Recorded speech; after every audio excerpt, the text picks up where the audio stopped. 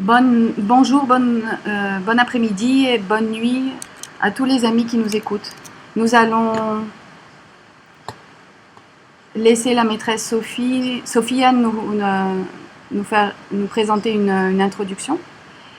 Pourriez-vous nous confirmer si le son vous parvient?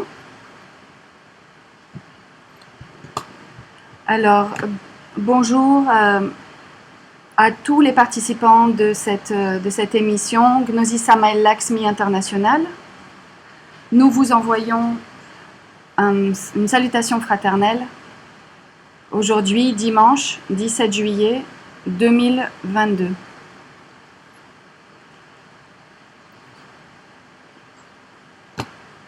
Et nous nous trouvons dans la deuxième moitié de cette année. On dirait que c'est comme un mensonge. On dirait que c'est pas vrai le fait que cette année soit passée aussi vite, mais cela nous indique que notre perception du temps est en train de changer. Il semble que nous avons de moins en moins de temps dans la partie physique et au niveau spirituel, et cela nous amène à réfléchir. Parce qu'aujourd'hui, plus que jamais, il est nécessaire pour nous de vivre l'instant, pour ne pas nous laisser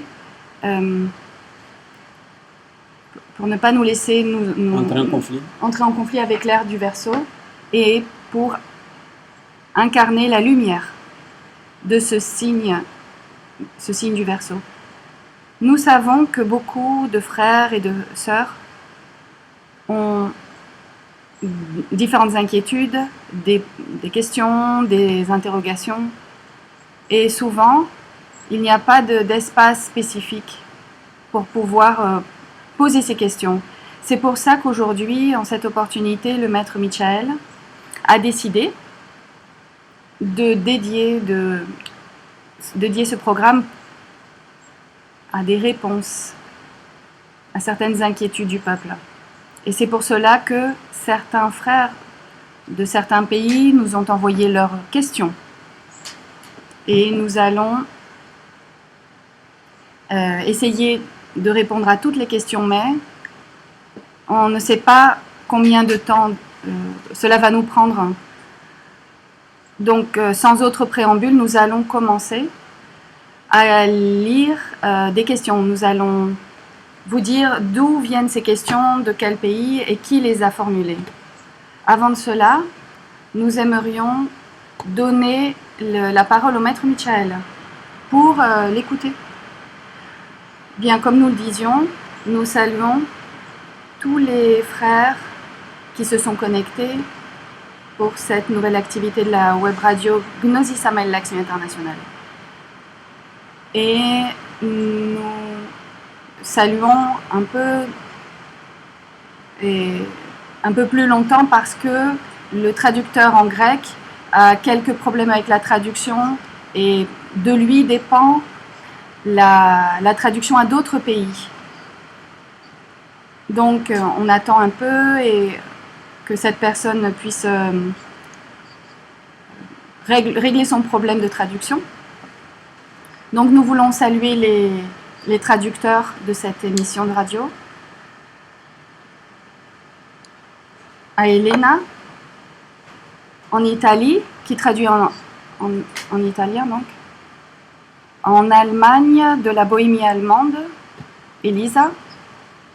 Nous ne savons pas qui va être le traducteur en portugais, Luis, Gabriel ou Roger. En grec, nous avons le traducteur, mais il n'est pas encore entré, parce que de lui dépend la traduction en russe et en anglais. Et donc Eleni se trouve à Moscou. Alexis est le responsable de cette traduction en grec depuis l'Espagne. Et aussi nous avons à Fernando ou Andrea qui sont en train de traduire depuis le sud de la France pour tous les pays francophones. France, Haïti, Canada, Madagascar, La Réunion et d'autres pays d'Afrique, la Côte d'Ivoire, le Bénin, le Congo, pour tous nos salutations. Et nous allons aussi saluer le vénérable maître Galeno et sa famille dans le monastère Samael à Rome, et aussi la communauté du monastère du temple Raorcu en Uruguay, et aussi les personnes qui vivent dans les communautés, par exemple du temple de guérison Galeno en Italie, Serapis en Brésil,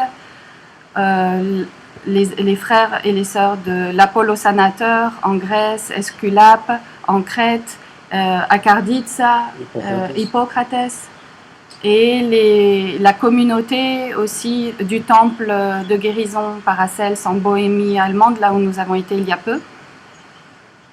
Et une salutation au soleil radiant pour ceux qui sont en train de finir le temple là-bas, et les frères qui se trouvent dans la construction du temple Tonantzin en Amazonie, dans la communauté Koradi, et les frères qui travaillent dans la cristallisation du temple de guérison Smoun. Recevez tous mes meilleures et sincères salutations effusives pour partager avec tous les pays également, pas seulement d'Europe, mais aussi les frères d'Australie, d'Afrique, de toute l'Amérique latine, et je ne sais pas s'il m'échappe encore un pays, la Turquie, la Bulgarie, la Russie, et de n'importe quel autre endroit du monde d'où vous nous écoutez. Comme nous disait la vénérable maîtresse Sophie, il y a beaucoup de questions qui nous sont parvenues et nous avons dû faire une sélection. Il y en a certaines qu'on n'a pas pu, vous proposer parce que ça ne sont pas des questions pour une émission publique. Ce sont plutôt des questions qui concernent la troisième chambre, enfin des chambres ésotériques. Donc, il n'y a pas d'ordre par rapport à leur arrivée dans l'email. Nous espérons que les Grecs arrivent à se connecter, parce que ça voudrait dire que le canal de Russie est aussi actif, et aussi le canal en anglais, ça y est, ils sont connectés, donc ça nous donne beaucoup de joie. Nous allons donc commencer avec les questions. La première question qui a été reçue, c'est d'Emaï de l'Uruguay. Il dit: Maître, pourquoi tant de gens ordinaires, si on peut les appeler ainsi, voient-ils des vaisseaux spatiaux extraterrestres dans tant d'endroits dans le monde, alors que beaucoup d'entre nous qui respectons et invoquons les frères de l'espace ont du mal à avoir cette expérience directe? Est-il vrai qu'ils vont devenir plus visibles à l'heure actuelle? Bon, la question, il faudrait la corriger un petit peu, on pourrait dire, hein, parce que nous connaissons beaucoup de frères gnostiques qui ont eu beaucoup d'expérience avec les vaisseaux spatiaux. Pas du troisième type, mais en tout cas, ils les ont vus dans le ciel, et parfois même de très près, en voyant on va dire la forme du vaisseau, en voyant même des fenêtres. Donc cela fait plusieurs années, nous en donnons témoignage. Les frères de l'espace passent par des lieux beaucoup plus stratégiques maintenant, et ils savent que nous les observons, et en plus ils nous saluent, et donc cela nous donne la possibilité de donner un témoignage, et que nous aussi nous avons ces expériences dans le monde physique et dans les mondes internes avec les frères de l'espace, et nous voyons qu'ils sont témoins de ce qui est en train de se passer dans le peuple gnostique de la vénérable loge blanche. Alors, ils se présentent pour 3 motifs, c'est-à-dire ils s'approchent de notre atmosphère pour 3 motifs. Le premier, parce qu'ils étudient une société qui en est arrivée à le maximum de sa matérialité. Ils voient aussi comment le mal envahit la société, et ça leur paraît incroyable. Et ils viennent chercher aussi des métaux, parce que sur la planète ils ne les ont pas. Et ensuite, le troisième point, c'est qu'ils viennent aider le plan dans le plan d'évacuation de l'humanité qui arrivera en temps et en heure quand la situation va devenir de plus en plus compliquée. La deuxième question vient de France, de notre ami et frère Thomas. Il dit: nous savons que les émotions sont liées à l'élément eau. Quand nous entrons dans un lieu où il y a eu de l'estress ou de la joie, nous pouvons ressentir une partie de ces énergies. Comment ces processus s'effectuent? Quel est le rôle des 4 éléments dans cette émission ou réception? Merci. Bon, on ne peut pas confondre le contenu avec le contenant.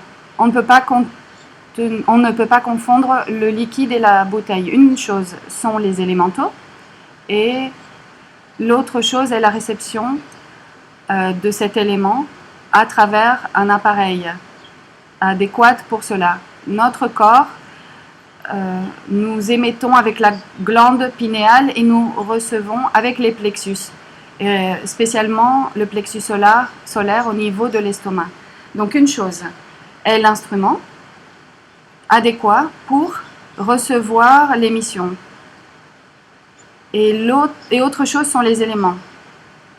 Par exemple, la radio, l'appareil pour recevoir les ondes. Et une autre chose sont les ondes.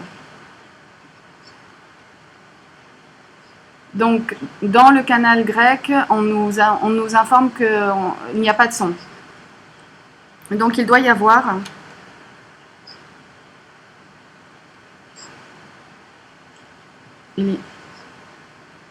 il faut voir si le microphone est actif ou pas. Il y a quelque chose au niveau du son. Essayez, s'il vous plaît, résoudre ce problème au niveau du microphone, c'est une arythmie. Et ça, cela nous empêche la traduction en russe et en anglais. Donc, si le canal grec n'émet pas, il n'y a pas de traduction ni en russe ni en anglais. Donc, s'il vous plaît, c'est une arythmie dans le micro. Entre-temps, nous allons continuer avec la conférence. Bon, la prochaine question vient de Grèce. Ça vient de la Grèce. À Lyon dit: quels sont les corps physiques lorsque l'être est incarné?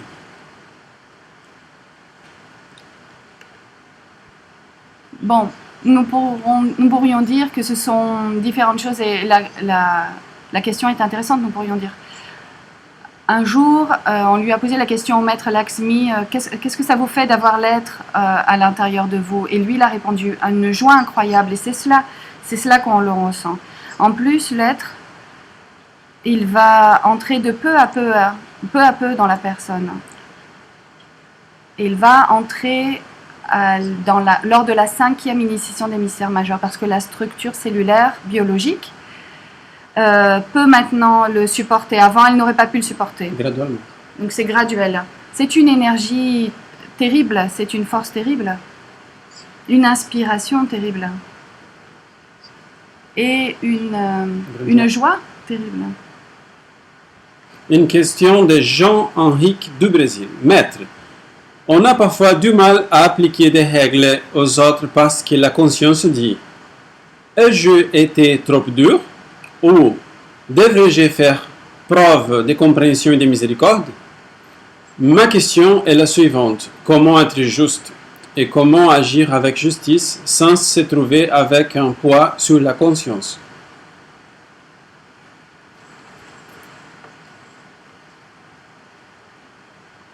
Bon, maintenant ils entendent en grec, en russe, en Angleterre.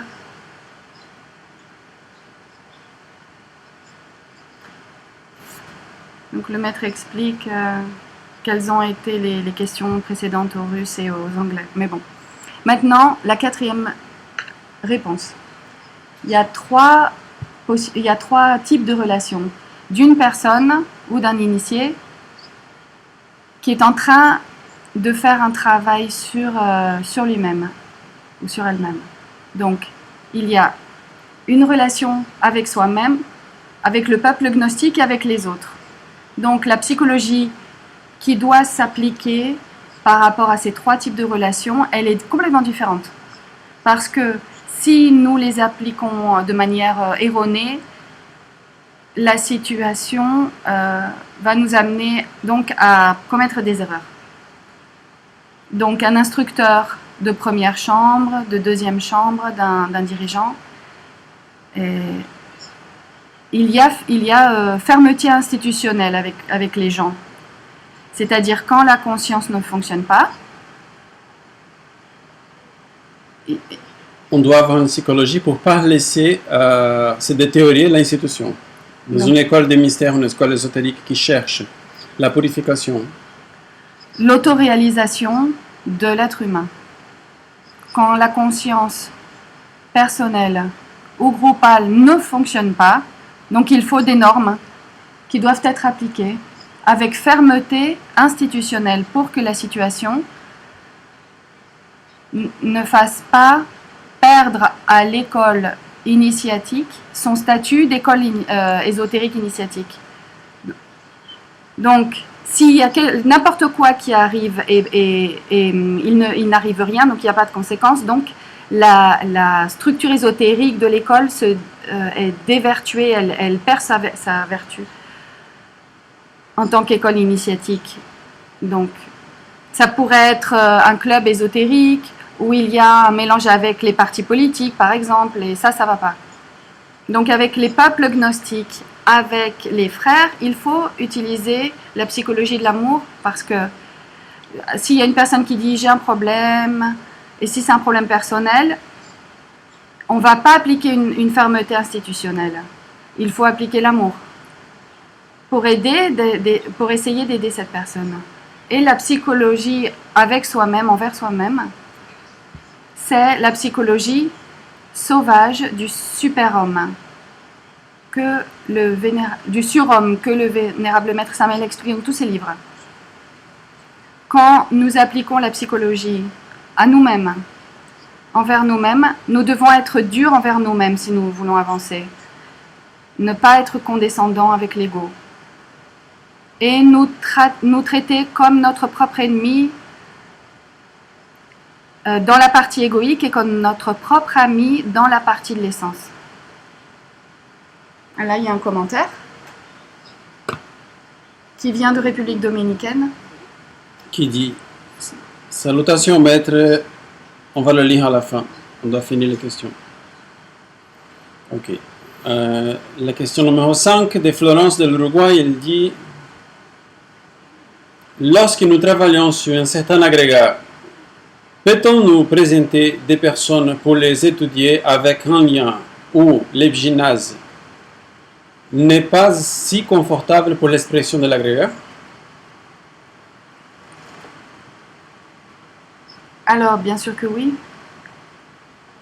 Au fur et à mesure que l'on travaille l'ego et l'ego se fait voir, il va se subtiliser, il va être plus difficile à voir. Donc le maître Samael, à Umbéor, nous parle des 49 niveaux du mental pour trouver l'ego et l'éliminer, parce qu'il va s'éliminer en devenant de plus en plus subtil jusqu'à sa complète élimination. Lydia du Brésil, comment pouvons-nous réaliser le moment précis pour passer de la ville aux communautés gnostiques?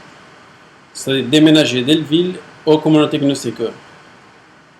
Que va se passer avec les Lumisio? La question est bien, mais elle n'est pas très bien... non, elle est Dirigé. Elle n'est pas très bien dirigée. Ça veut dire on ne peut pas répondre oui ou non. C'est on va dire, c'est un processus naturel. Quand la personne, elle ressent dans un processus naturel le besoin de s'approcher de la nature, elle peut le faire de manière à se rapprocher d'une communauté qui vit dans la nature.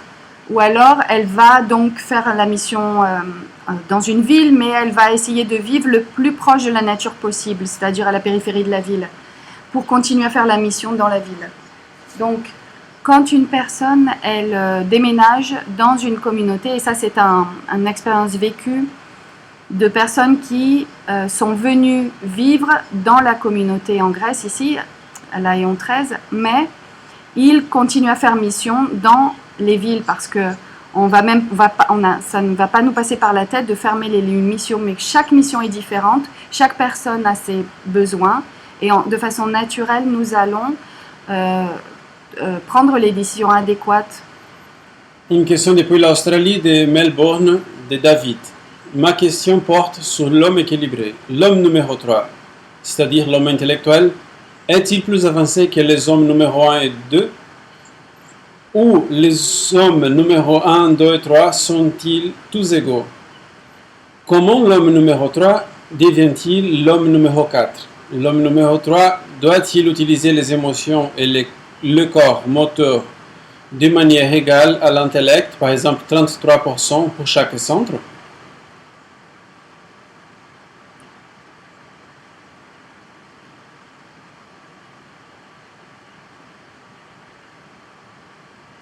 On attend la réponse. Alors, beaucoup de salutations à David, qui se trouve à Melbourne. Et il est 23h23, là-bas, à l'autre bout du monde.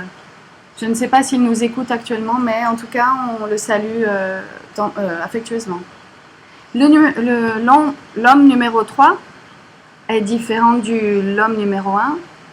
Il est instinctif, moteur, sexuel. Et le 2 est l'homme émotionnel. Et l'homme 3 est intellectuel. Et il y a des gens, je les ai vus, qui sont plus émotionnels, plus émotifs qu'intellectuels. Mais devant certaines épreuves du chemin, ils réagissent bien mieux que l'homme intellectuel. Pas toujours, mais ce n'est pas une question d'intellect. Parce que l'intellect n'est pas un synonyme d'intelligence. Nous avons vu des universitaires, des gens avec beaucoup de diplômes qui, à cette époque, ont perdu complètement la logique et ils ont zéro intelligence. Donc, pour que le numéro 3 puisse devenir le numéro 4, qui est l'homme équilibré, le numéro 3 a besoin de ne plus avoir son centre de gravité dans l'intellect. Il doit équilibrer les 3 parties, instinctif, sexuel, émotionnel et intellectuel. Il doit les équilibrer. Donc le numéro 4 apparaît, l'homme numéro 4 est équilibré. C'est le pont entre l'humain et l'âme. Parce que le numéro 5 va être l'homme astral. Et le numéro 6 est l'homme, loup, qui a déjà le corps mental. Et le numéro 7, c'est l'homme causal, n'est-ce pas? Donc voilà, c'est ça. On va lire 2 questions ensemble parce qu'elles sont très similaires. Une c'est de Florence et l'autre c'est de Gonzalo Cardoso depuis le Lumisel à Naël. Maître, si c'est l'ovule qui choisit les spermatozoïdes et si je comprends bien que c'est les spermatozoïdes qui déterminent le sexe du futur bébé, pouvez-vous m'expliquer comment ce choix est fait?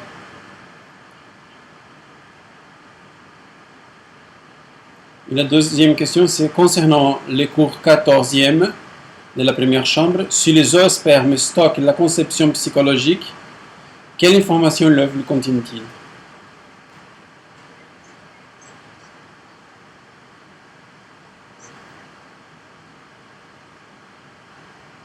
Bon, la question est intéressante. Alors, le thème est le suivant. Le maître Samuel nous explique qu'au moment où le spermatozoïde entre dans l'ovule, et là, c'est le zygote et l'ovule qui se forment, les anges de la vie connectent, on va dire, le dessin projeté du défunt, quand il était en train de désincarner. Pour comprendre cela, c'est comme un courant électrique qui ordonne les gènes du nouvel être qui est en train de se former. Ça, c'est un phénomène qui prend lieu entre la 3e et la 4e dimension. Donc il faut un ovule dans la partie physique pour que cela se réalise. Et ce dessin psychique, électronique, il va être au niveau entre la 3e et la 4e dimension. Ensuite, il va passer au corps physique. Ça, c'est le passage de ces informations dans le corps physique. Donc, le sexe du bébé, c'est le zoosperme qui va le donner, l'information, le genre du bébé. C'est cela qui va conduire le dessin électropsychique. C'est ce dessin qui va être envoyé aussi, enfin qui va être conduit par les anges de la vie. Cet enfant va se développer pendant 9 mois dans le ventre de sa mère. Et les valeurs de la mère, pendant 9 mois, elle va lui donner à manger dans son ventre. L'enfant va sentir les émotions de la mère, il va sentir tout ça. Et il va y avoir aussi un transfert vers cette créature à travers de la partie tétradimensionnelle. Il va y avoir un aspect karmique, dharmique, on va dire. C'est ça l'explication. L'explication que les maîtres nous donnent à ce sujet. On a aussi 3 questions maintenant qui sont en relation. On va lire les 3 questions. La première vient de la île de Crète. Pantelis dit: depuis le 25 juin 2022 jusqu'au 27 juin 2022, il y a eu un phénomène très rare dans le ciel, une conjonction qui initialement s'agissait de 5 planètes, Mercure, Vénus, Mars, Jupiter, Saturne, et plus tard la Lune a participé, une conjonction de 6 planètes. Est-ce un message? La deuxième question dit: y a-t-il une explication ou une raison ésotérique à l'alignement planétaire qui est produit le 27 juin 2022? Et Diogo du Brésil dit: bonjour, je parle du Brésil dans le Rio Grande do Sul. Que pouvons-nous attendre? Qu'avons-nous devant nous? Et quels sont les signes qui nous permettent de nous connecter à cette nouvelle octave que le peuple et les guides donnent et qui a pour jalon le 7 juillet?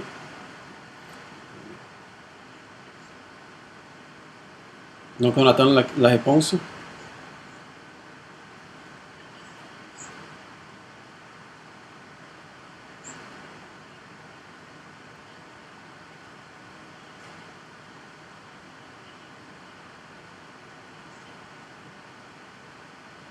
Bon, très intéressante.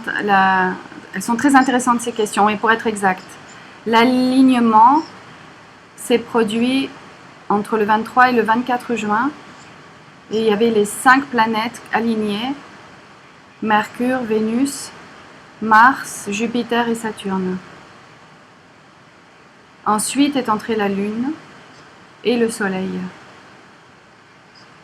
Et donc c'est très intéressant. Parce que le 4 février 1962, les 7 planètes, ces 7 planètes étaient alignées dans une seule constellation, dans le Verseau. Et on les voyait bien ensemble.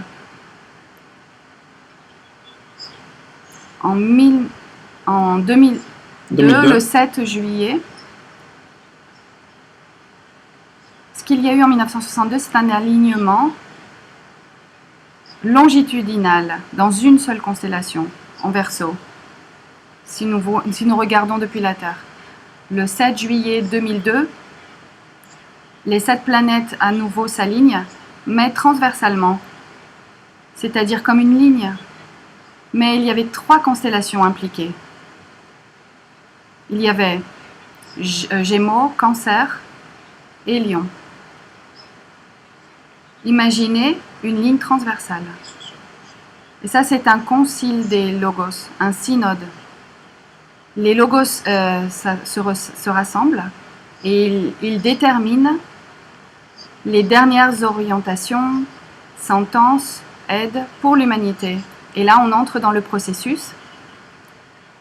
Et au travers des bulletins, le maître Lakshmi nous avait donné donc cette aide pour la mort de l'ego à travers les bulletins. Ça, c'était en 2002. En 2012, les logos ont décidé de passer au monde physique cette aide au travers d'une antenne reliée au temple de la sagesse du mont Olympe.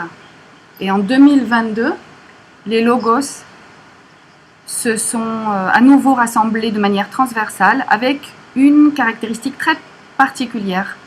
Ils étaient tous alignés en ordre, dans l'ordre que nous connaissons. Mercure, c'est comme ça qu'on voyait dans le ciel. Ensuite Vénus, ensuite la Lune.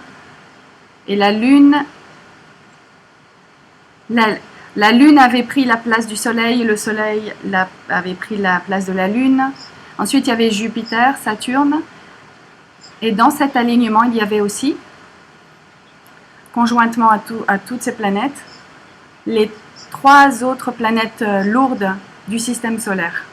Neptune, en Poisson. Uranus, en Taureau. Et Pluton, en Verseau. Mais les 10 planètes, Pluton, en Capricorne. Mais alors, qu'est-ce que cela signifie? Que les maîtres se sont réunis, les logos se sont réunis. Cela coïncide avec l'entrée dans la note Si, de la dernière note de la note Si, de la 3e octave.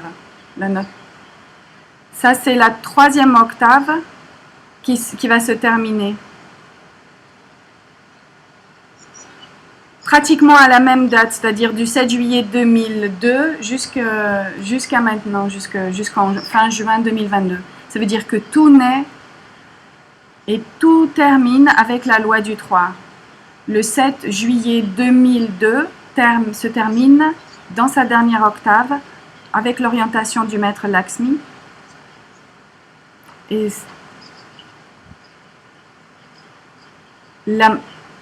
ça veut dire que la mission et l'enseignement du maître Samael n'ont pas terminé, non plus celle de l'enseignement du maître Lakshmi. Sinon qu'il y a eu pour le maître Samael une étape, pour le maître Lakshmi une autre étape, et maintenant une nouvelle étape commence maintenant. Parce que cela coïncide avec l'année 59 du Verseau, c'était l'année passée. C'était le dernier bulletin du vénérable maître Lakshmi. 58 et 59, ça s'appelait, c'était le bulletin Mon héritage du vénérable maître Lakshmi. Donc, l'année 60 du Verseau commence une nouvelle mission, une nouvelle étape. Les logos ont scellé la transférence. Et vient maintenant une étape. Et cela fait longtemps que ça a commencé, mais ça va être beaucoup plus fort maintenant.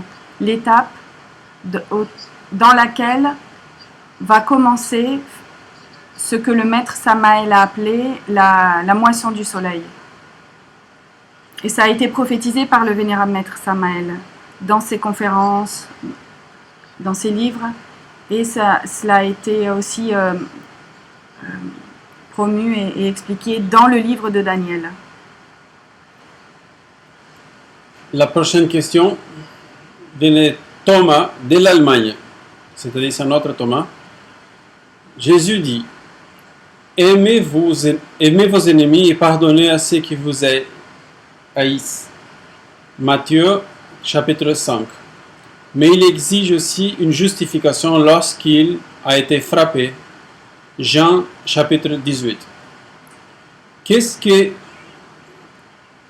qui est juste sur le chemin de l'initiation? Le pardon ou la fermeté? Ou les deux au même temps? Qu'est-ce que cela signifie pour nous, les gnostiques? Intéressant cette question. Rien n'est blanc ni noir. Tout dépend de la situation, de l'événement.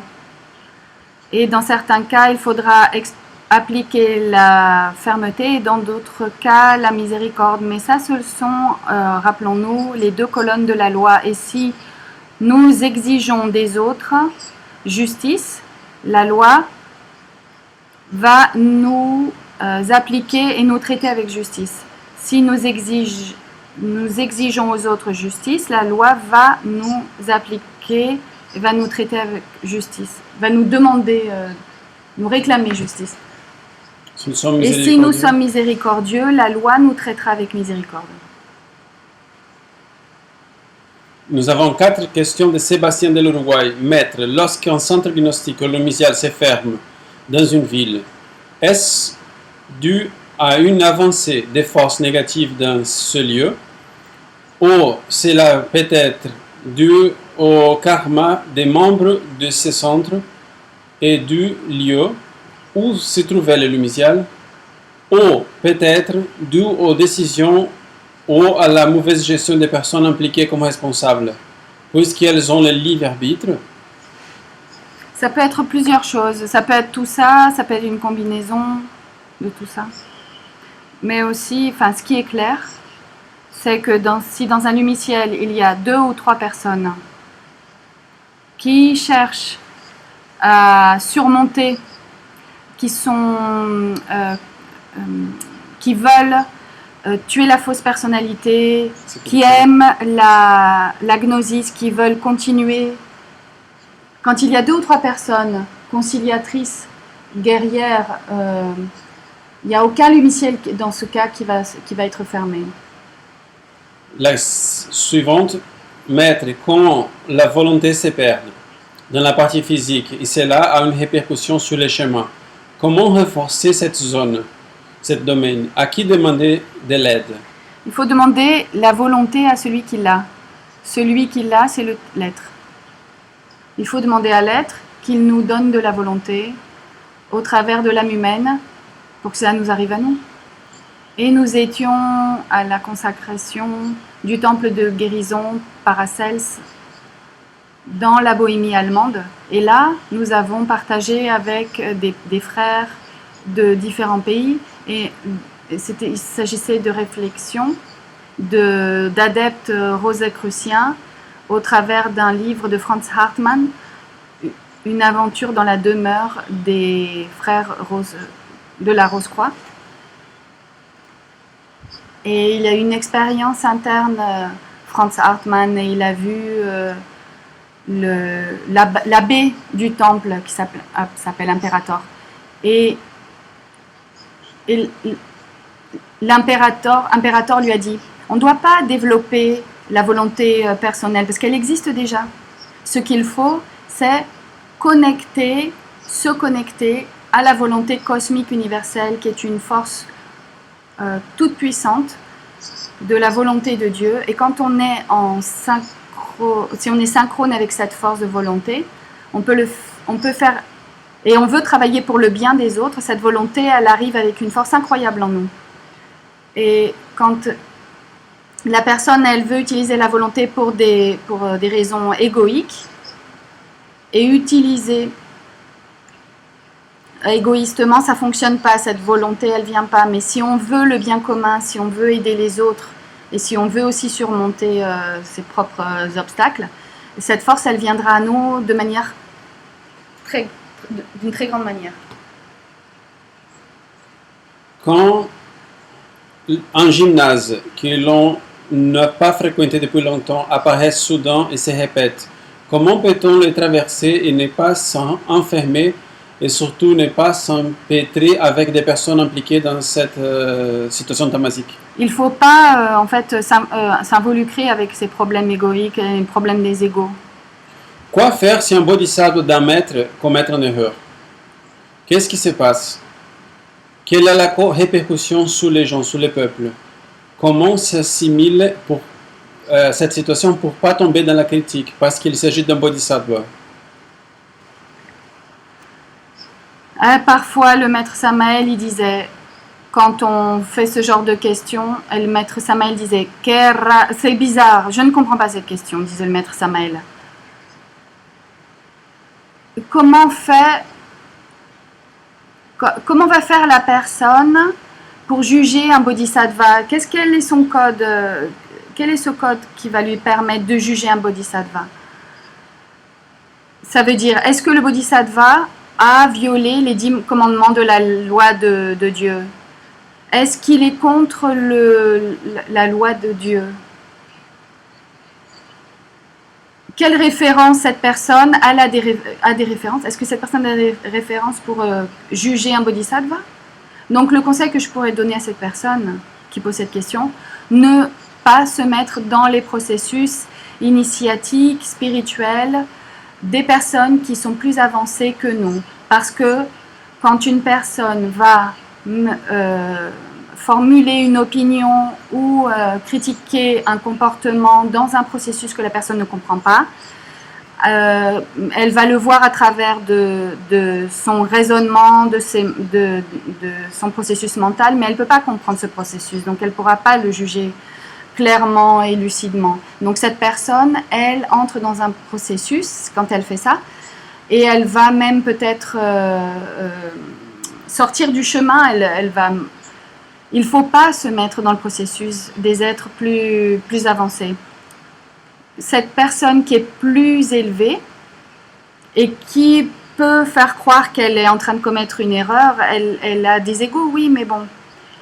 Le problème, c'est que si une personne elle est moins développée spirituellement, elle se met dans un problème de personnes plus évoluées, elle peut avoir un gros problème. Donc, ne vous mettez pas dans la vie des autres initiés. Ina, depuis Moscou, vénérable maître, dites-nous, s'il vous plaît, plus sur les éléments de l'éther. Comment ils se présentent, comment ils interagissent avec nous, de quelles traditions sont-ils empruntés, qui a donné l'enseignement sur eux? Alors, très intéressante la question. Les élémentaux de l'éther s'appellent les punktas de l'éther. La tradition que nous connaissons, au moins de ce que nous avons dans l'ésotérisme, vient du maître Samael, du maître Moria aussi, qui parle de ça, des punktas de l'éther, des élémentaux de l'éther. Et ensuite, tous les disciples et bodhisattvas du maître Samael ont traité du thème, ont parlé de ce thème. Et donc, ils ont une couleur dorée quand on les voit de manière clairvoyante. Et ce sont des êtres qui sont l'unité. C'est-à-dire, c'est encore plus petit que l'atome. C'est l'expression de la matière primordiale à travers laquelle va se créer toute la création, va se donner toute la création. Donc, on parle des neutrons, des quarks, les akiones. Il y a des particules subatomiques qui ont été découvertes. Ensuite viennent les atomes, etc. Donc, les punktas de l'éther vont régir le cerveau depuis les yeux jusqu'en haut du crâne. Et là, il y a la glande pinéale, la glande pituitaire. Et on peut faire un travail de théurgie pour demander aux dieux qui régissent les punktas de l'éther, Indra, Sudashiva, pour que ces dieux demandent à ce que les punktas se mettent à travailler dans notre matière grise, dans nos glandes pinéales et pituitaires, pour que notre cerveau puisse fonctionner dans sa capacité normale. Donc il y a des ondes sonores. Les punktas de l'éther vont les enregistrer, si elles sont intéressées ou pas. S'il y a aussi des ondes visuelles qui vont être enregistrées dans notre mémoire. Et ça, tout ça, c'est dû aux punktas de l'éther. Mais il y a un détail. Nous enregistrons seulement ce qui nous intéresse. Ce qui ne nous intéresse pas, nous ne l'enregistrons pas dans notre mémoire. Donc il y a des déséquilibres aussi énergétiques qui peuvent tuer les punktas. La colère, l'envie, l'excès d'alcool. La nourriture tamasique. La nourriture tamasique aussi peuvent tuer les punktas.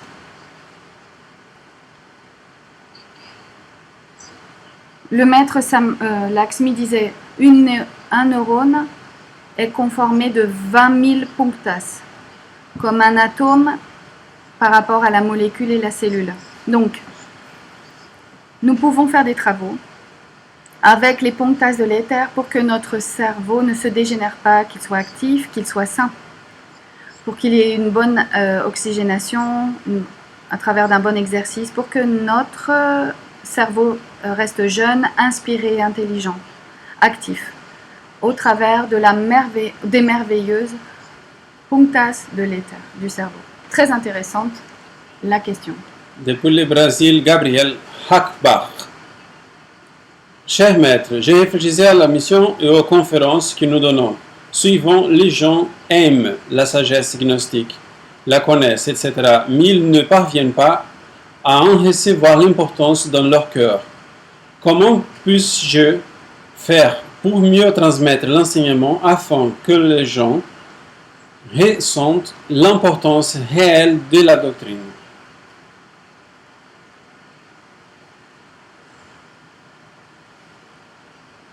Dans la question, on trouve la réponse.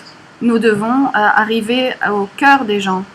Nous devons transmettre aussi l'enseignement au travers de notre cœur, parce qu'on va être connecté à l'âme, à notre être, et on va transmettre pas à travers l'intellect, mais depuis le cœur pour que cela arrive au cœur et à la conscience des autres.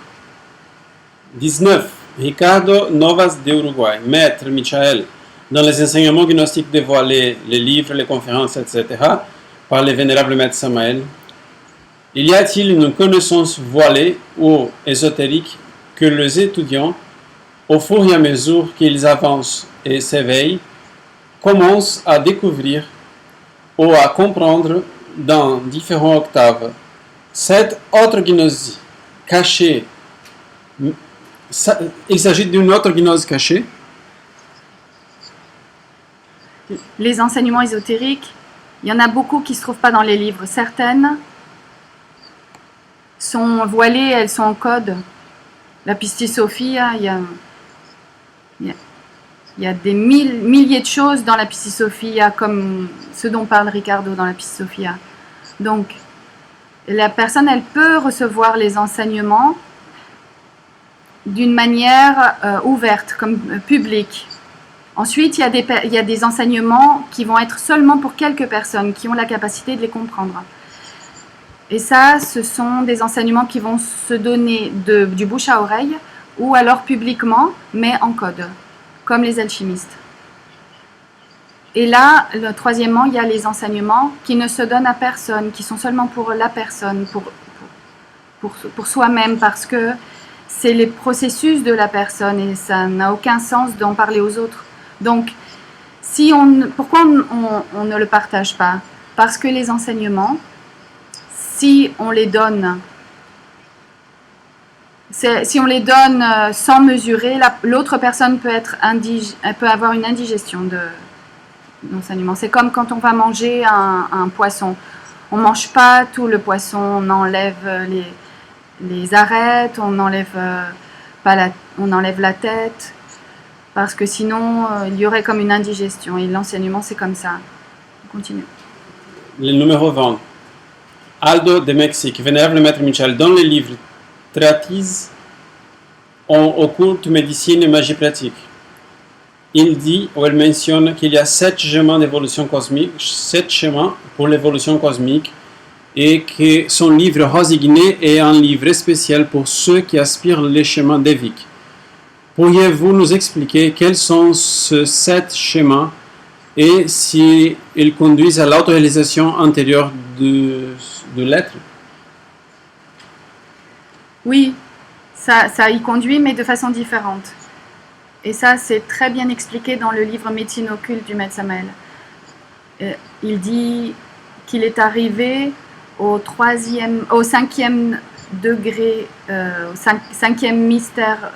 5e initiation du mystère majeur. Donc, on peut rester avec l'humanité et en travaillant pour elle. On peut rester sur les plans intérieurs en tant que Nirmanakayana travailler pour l'humanité. Troisièmement, on peut rejoindre les logos, les devas, pardon. Ensuite, on peut rejoindre les logos. Ensuite, préparer le travail de la future ère éthérique de la Terre. Ensuite, entrer dans la félicité ineffable du Nirvana et enfin entrer dans les œuvres supérieures du Nirvana. Ça, c'est les 7 chemins. Donc, on va choisir quel est le sentier qu'on va choisir.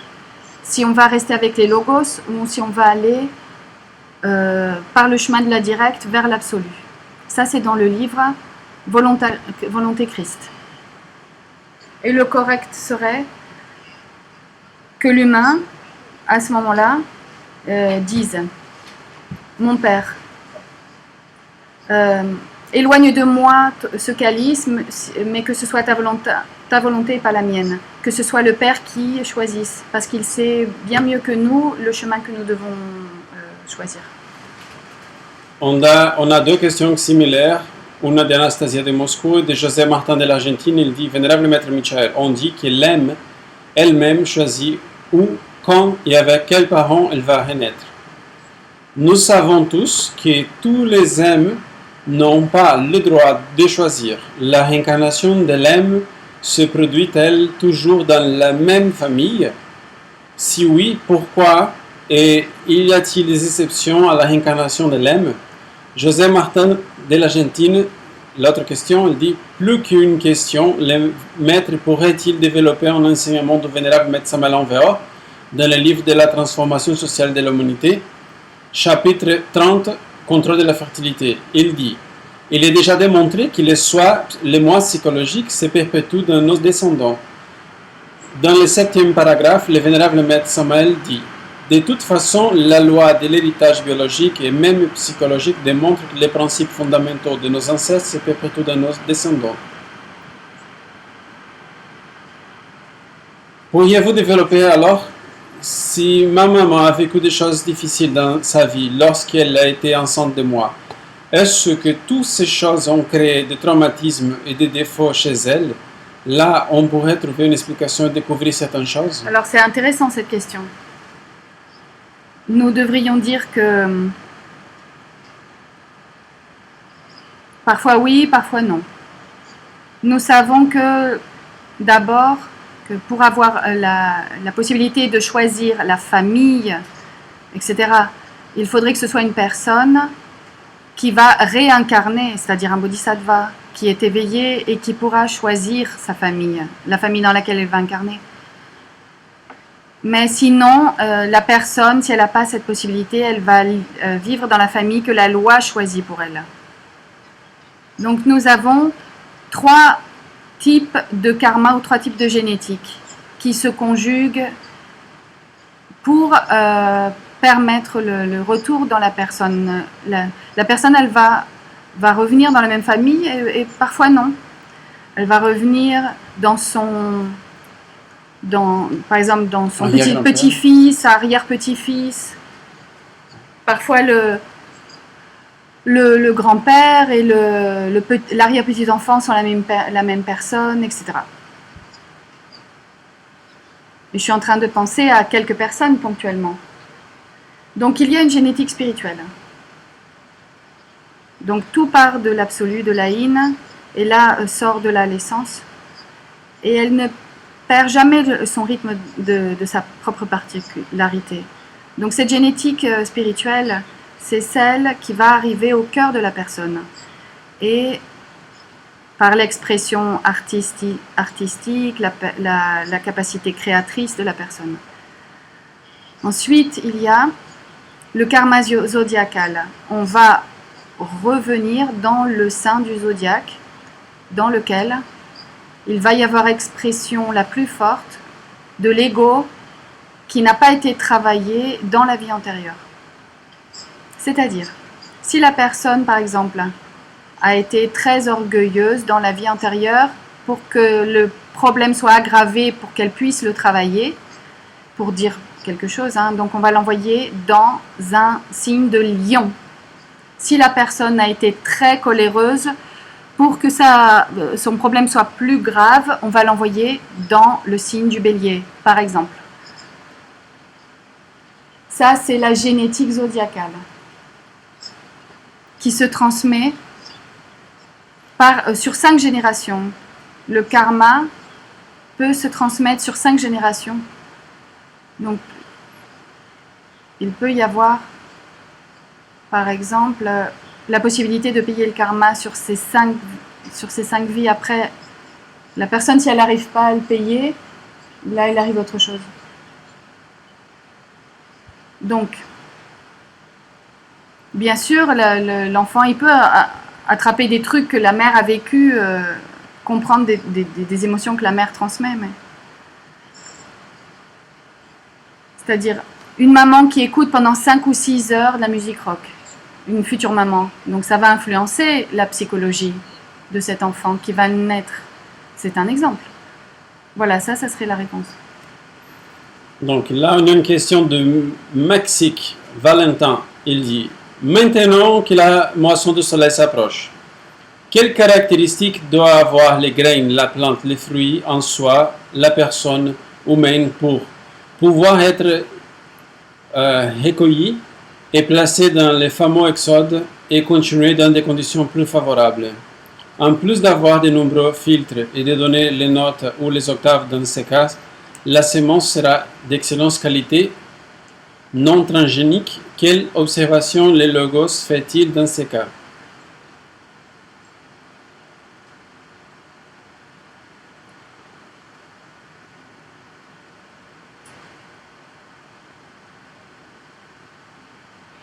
Donc, la question est correcte. La graine, il faut qu'elle soit de bonne qualité pour pouvoir germiner. Il faut des transmutations. Il y a une exigence pour qu'elle puisse fructifier et faire partie de la moisson. Il faut 2 choses fondamentales. Il faut que cette personne veuille tuer l'ego, se purifier et s'éveiller. Parce que sinon, il n'y aurait aucun sens de prendre une graine vers un pont entre 2 races. On n'a plus le son. Ouais. Mais tu peux relancer, reload. Mm-hmm. Ah voilà maintenant. Si la personne n'est pas disposée à se purifier, à tuer l'ego et à s'éveiller, ça n'aurait aucun sens que cette graine soit recueillie.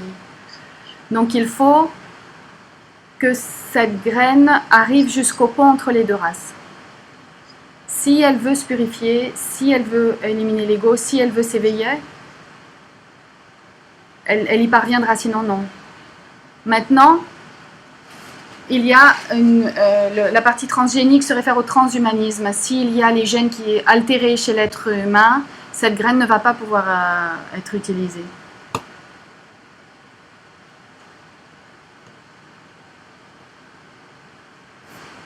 On a un problème de son. Une prochaine question. Une question de la Grèce. Le maître Lakshmi parle dans la joyau de dragon jaune numéro 24 qui est le 8 août 1998. Les loges ont été séparés. Les loges ont été séparées. Est-ce que vous pouvez parler quelque chose à ce sujet? Bon. Avant ces dates, est-il les loges ensemble? En 1998, il y a eu une disparition du tantrisme gris.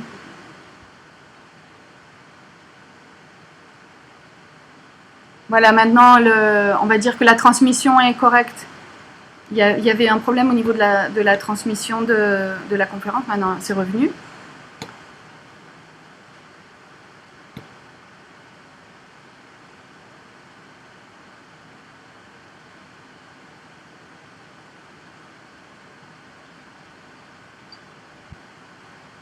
Ok. Bon, on continue.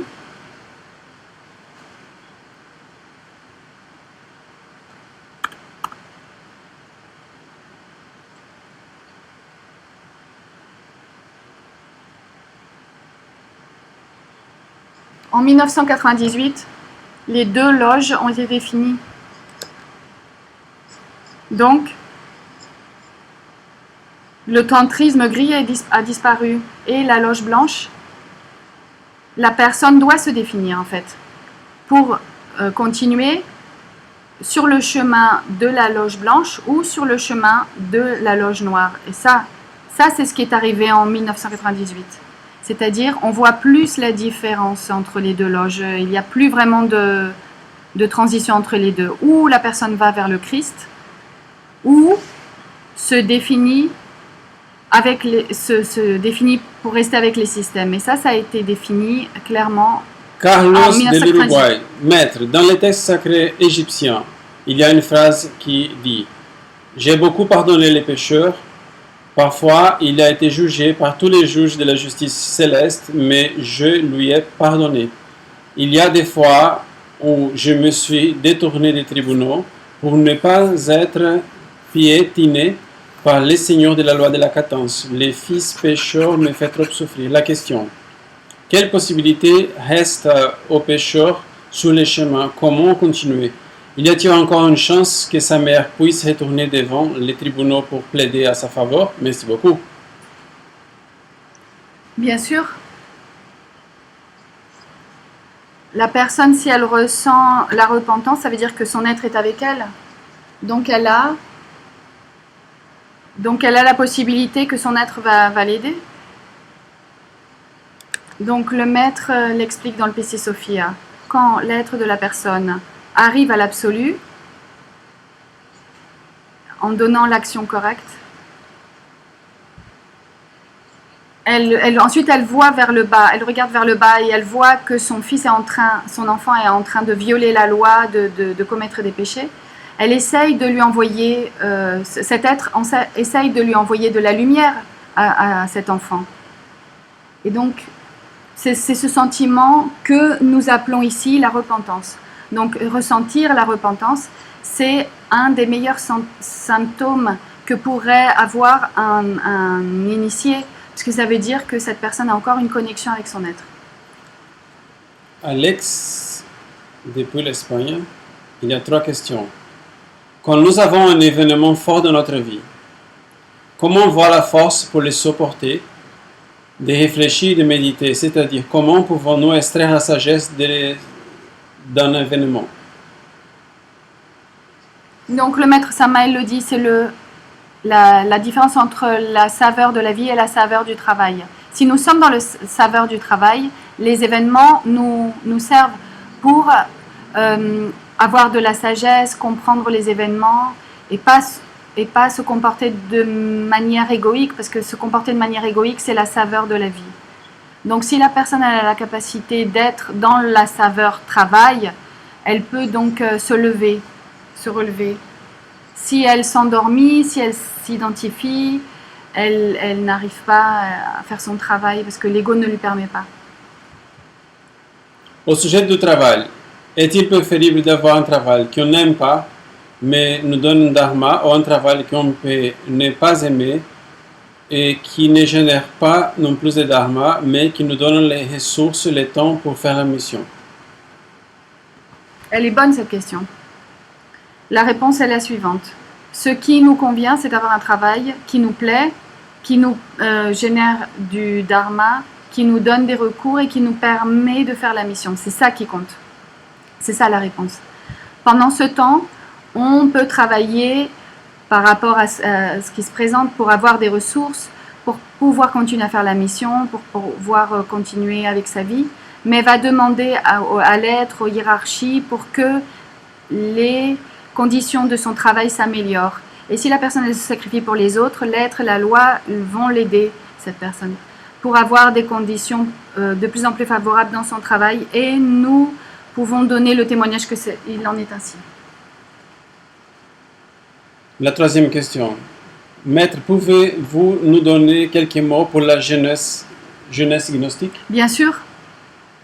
Les jeunes qui ont cette impulsion, qui ont envie de faire les choses, de vivre, de cheminer sur leur sentier spirituel et pas faire ce que tous les jeunes font actuellement, s'ils ont ça dans leur cœur, s'ils ressentent la gnosis, nous en sommes à un point où c'est le moment le plus difficile de la race pour les jeunes, parce que il y a un bombardement d'informations au travers de l'éducation, des réseaux sociaux, des moyens de communication, pour faire en sorte que les jeunes fassent tout le contraire de ce qu'est le chemin de l'âme. Attention aux jóvenes. Ne croyez pas ce que les moyens de communication sont en train de vous dire, les systèmes, les autorités, la famille. Et je ne parle pas contre qui que ce soit, mais ici il y a des jeunes. Le vrai, c'est le Christ. Le vrai enseignement, c'est le maître, celle du maître Samael, l'enseignement du maître Samael, l'enseignement de l'esprit. Donc les systèmes voudraient voler votre âme, mais faites attention, ne vous laissez pas faire. Ça serait la réponse. Wilson de Portugal a envoyé 3 questions. Maître, la première. Les posts de la web radio montrent plus directement le visage du vénérable maître Mitchell. Cela signifie que le vénérable maître Mitchell, dans sa partie physique, est complètement prêt pour la bataille finale.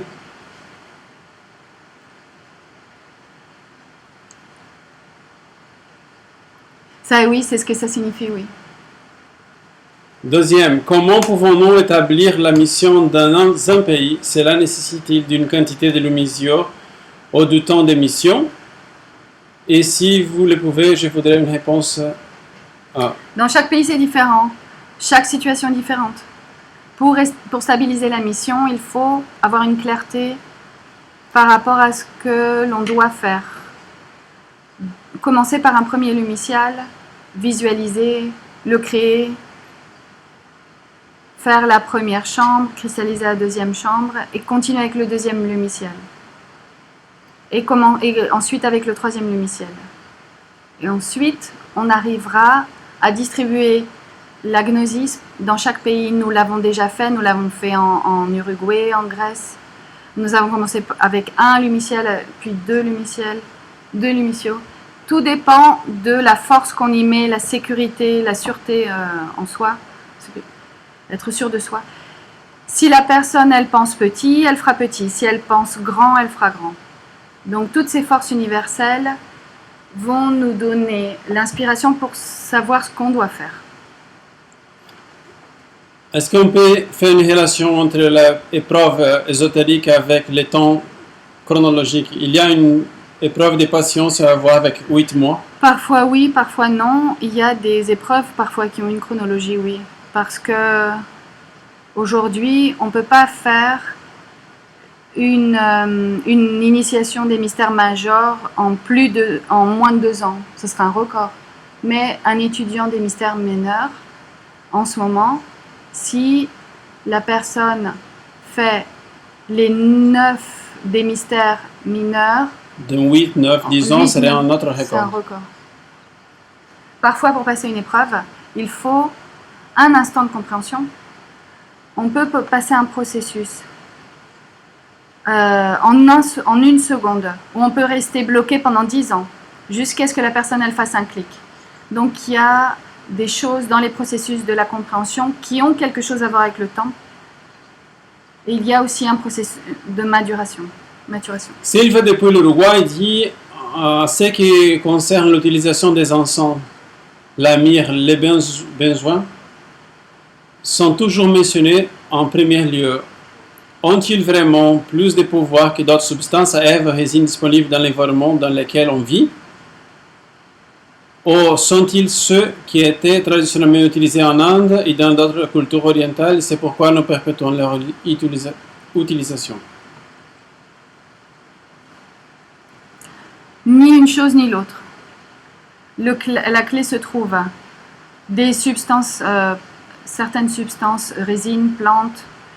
Il y a aussi des choses qui servent pour une chose et d'autres qui pour d'autres choses. C'est ça la clé.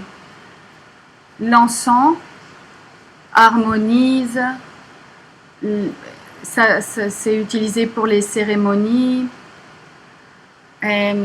L'estorac, le benjoin, il est utilisé pour éloigner les forces négatives. Les forces négatives. La myrrhe, c'est utilisé pour certaines cérémonies, pour les mariages, pour les funérailles. Mirail.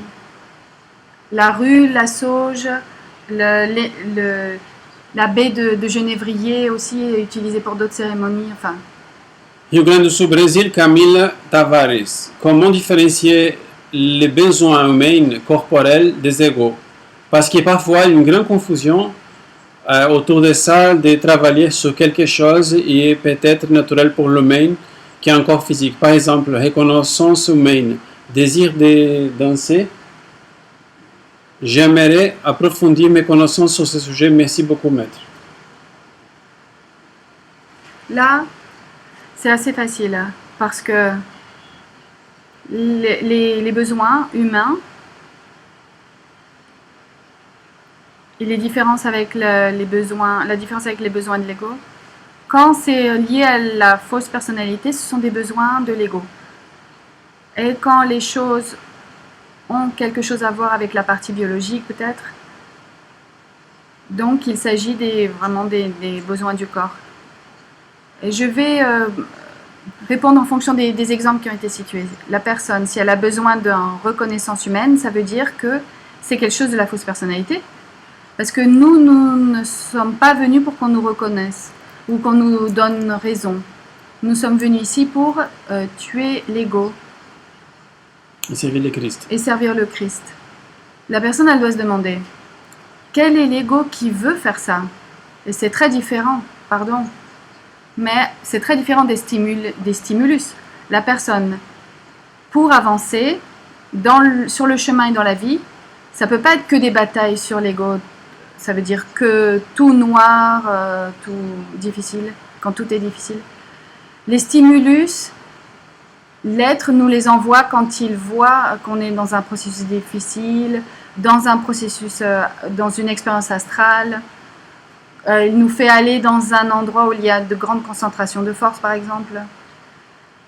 Si dans la deuxième chambre, la personne, elle est tout le temps en train de parler de l'ego, du karma, qu'il faut tuer l'ego, qu'on vit dans des ténèbres, que toute la journée, l'ego nous fait commettre des erreurs, qu'on ne sert à rien, et que la personne, elle parle toujours de la même chose, c'est normal que les autres s'en vont de la gnosis si elle est en première chambre. Et si elle est en deuxième chambre, le lumiciel s'arrête. Ou, sinon, les grands initiés restent, qui vont se rendre compte que cette personne, elle est déséquilibrée. On ne peut pas parler tout le temps de l'ego et des ténèbres. Il y a aussi besoin de stimulation. Pour cette essence, mais pas pour la partie humaine. Dans la danse, la volonté de danser, c'est la même chose. Il y a des danses sacrées dans les écoles initiatiques ésotériques de l'Antiquité. On enseignait beaucoup à travers les danses. On imitait les mouvements des planètes ou autre chose. Dans le Kali Yuga, il y a beaucoup de danses qui sont liées à la partie égoïque, sexuelle, dans une involution par rapport à ce qu'étaient les danses sacrées. J'espère que je me suis fait comprendre. Igor de Portugal. On arrive à la dernière question. Les problèmes que nous avons sont causés par notre mental. Donc, quand nous avons un événement causé pour quelqu'un d'autre, si nous ne réagissons pas, nous-mêmes et notre esprit, cela signifie-t-il que nous surmontons la récurrence de cet événement? Mental. De notre mental. Elle est bien cette question. On a toujours des problèmes au niveau du mental et souvent il y a un événement de l'extérieur et on va réagir avec l'émotion. Pas tous les problèmes sont de caractère mental. Il faut éliminer l'ego qui est lié à cet événement qui attire la récurrence. La récurrence, elle se donne par affinité égoïque. Donc, quand on élimine l'ego qui est lié à la récurrence ne se représente plus. C'est ça la réponse. Mathieu de la île de la Réunion, momentanément à Montpellier. Ma question concerne la pratique du rappel de soi du vénérable Maître Lakshmi. C'est là où on dirige le lieu vers notre cœur. Si l'on fait plus de prières, peut-on améliorer notre affinité avec cette technique du rappel de soi? Un grand merci à vous. Elle est très intéressante cette question. Évidemment, parce que quand on est en rappel de soi, en gravitant autour du cœur, dans le cœur, la force de l'être qui s'exprime dans le cœur produit dans la personne, en plus du troisième état de conscience, un état d'inspiration. Et quand on prie consciemment, on se remplit de force d'inspiration et cela aide à renforcer le troisième état de conscience. C'est correct, cette question du frère Mathieu de l'île de la Réunion. Beaucoup de salutations aux frères de cet endroit. De l'océan Indique. Indien. Indien. Question de l'Uruguay, Milka, maître, pourriez-vous expliquer la phrase qui vous dit dans la prière, l'archange Michael, dépositaire de nos âmes? Oui, parce que dans la prière, celui qui est en train de faire la prière, il se met entre les mains de la guillature, dans les mains de la guillature du maître Michael. C'est pour ça qu'il est le dépositaire de nos âmes. C'est celui qui prend soin de l'âme qui est en train de prier pour qu'elle soit protégée et guidée. On a 6 questions de David de Mexique. On va lire quelques-unes. Qui est comment on peut aider une personne qui ne nous demande pas de l'aide, mais nous savons qu'elle a besoin? On peut le faire en priant.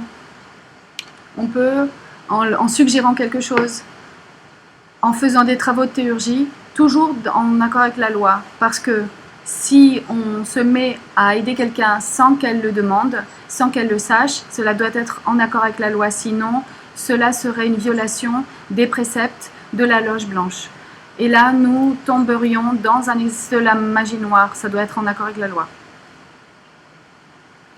Qu'est-ce que c'est la volonté? C'est une force qui émane du monde causal et qui, comme nous l'avons dit aujourd'hui, arrive à l'âme humaine elle arrive à incarner cette force dans la 5e initiation des mystères majeurs et elle devient de plus en plus forte quand nous nous unissons à la volonté cosmique universelle. Existe-t-il des personnes instinctives, émotionnelles et intellectuelles, mais pourquoi n'existe pas des types sexuels? Ou ça est implicite dans l'autre type? Quand on dit la partie instinctive, c'est inclus dans le type sexuel et moteur est inclus dans le type instinctif. Pourquoi il y a des monades qui ne cherchent pas la s'auto-réalisation? La question, elle a été mal posée. Il peut y avoir des monades qui veulent à un moment donné, dans une certaine vie, se réaliser. Comment les saints évoluent dans les différents royaumes pour s'élever au rang d'humanoïde? Au travers de la loi du sacrifice, le minéral se sacrifie pour la plante se sacrifie pour l'animal, l'animal et la plante se sacrifient pour l'humanoïde et ils donnent leur corps pour l'humanoïde, se sacrifient. Et l'homme, pour l'humanoïde, se sacrifie aussi pour devenir homme. C'est-à-dire il sacrifie au travers de la mort, du sacrifice, au travers de la transmutation, de la mort de l'ego. Tout ça, c'est au travers du sacrifice. La dernière question, 44, de Vlad, qui c'est un russe qui vit en Grèce. Il dit: je voudrais demander quelles sont les exigences de la vénérable fraternité blanche envers les gnostiques en ce moment où nous devons mettre notre énergie à ne pas trébucher sur la route. C'est très intéressant cette question. Les exigences, nous les avons déjà entrevues aujourd'hui. Alors, pour ne pas trébucher, il faut faire attention au système. C'est une espèce de grande toile d'araignée. Toutes les personnes gnostiques, que ces personnes soient aussi des personnes qui ne sont pas gnostiques, mais en tout cas, les systèmes essayent de nous tromper. Le désir d'être, on va dire l'aspiration à se purifier, à mourir à l'ego, l'aspiration à vouloir s'éveiller. Donc faites attention de ne pas tomber entre les serres de l'ennemi secret qui essaye d'implanter le transhumanisme. Là, ils ont déjà implanté la transgénique. Maintenant, ils veulent implanter le transhumanisme, convertir l'humanoïde en une espèce de machine beaucoup plus fortement qu'aujourd'hui. Donc, il faut maintenir l'esprit de lutte, être combatif au niveau spirituel et se connecter à la source de lumière, d'énergie pour tuer l'ego, pour se purifier, pour se transformer. Et aussi écouter l'appel que l'être que chacun de nous fait dans notre cœur. Il y a certaines questions qui ont été posées dans le chat, donc on va voir si on peut y répondre, mais on est presque en train de terminer.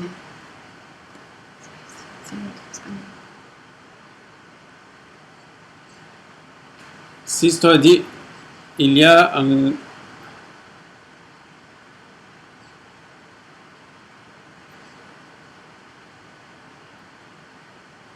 Ok. Il y a un rituel qui dit qu'on doit être libre d'amour mondain, d'ambition et d'espoir de gloire terrestre. Comment comprendre tout cela sans arriver à être une personne déliée sans responsabilité? Par exemple, alors pas faire un culte à la fausse personnalité, il faut simplement écouter les besoins de l'être.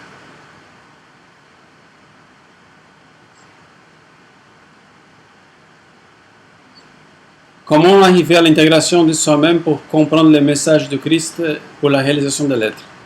En écoutant la voix du cœur, en écoutant le sentiment que l'être nous place dans le cœur. C'est un sentiment.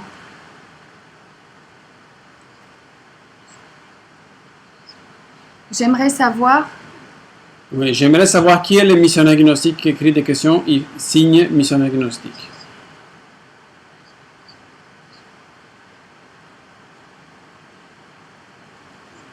Il demande si le congrès de novembre va avoir un effet dans d'autres groupes. Le maître dit que peut-être oui, peut-être non.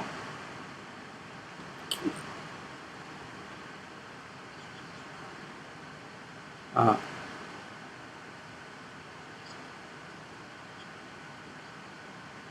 Je sais pas, j'arrive pas à trouver la question.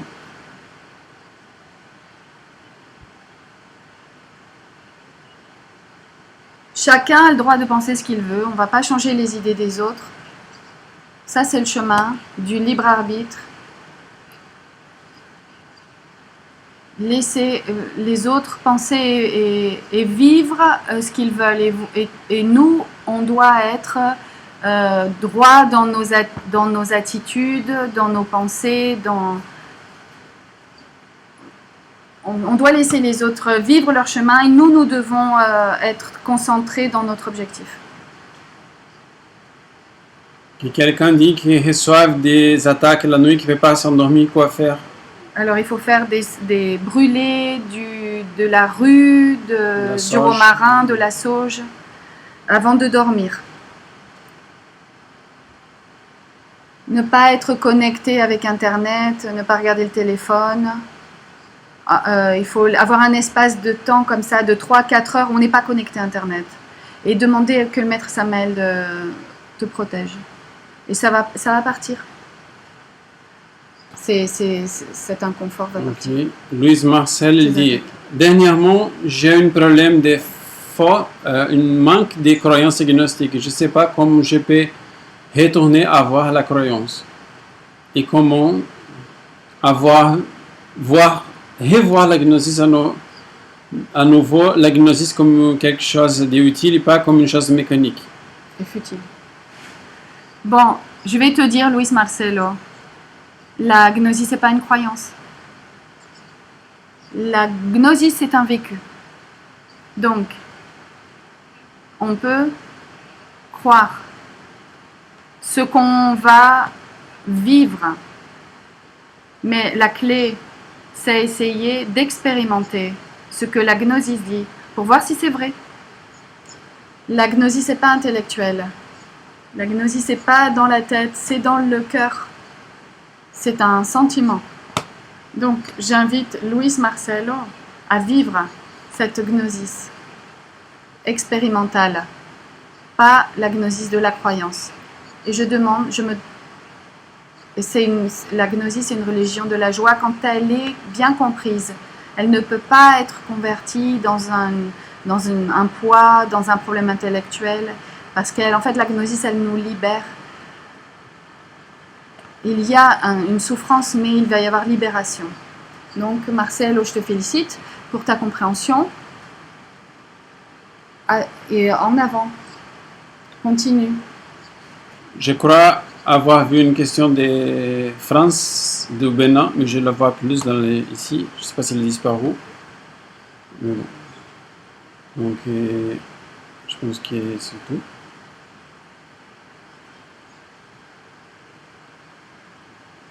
Bon, mais apparemment, il n'y a plus de questions. Ah. Ok. C'est fini. Merci beaucoup Merci à tous. Bon dimanche. Salutations à tous les missionnaires gnostiques de la Terre dans cette année spéciale. Recevez-vous les missionnaires gnostiques de tous les pays, la bénédiction de l'Altissime avec la volonté sincère de que nous puissions unis avancer pour accomplir les plans de la bénédiction blanche et chaque jour nous puissions être plus proches de l'être pour expérimenter sa lumière, sa paix et sa harmonie. Bonne soirée à tous, paix vers le ciel.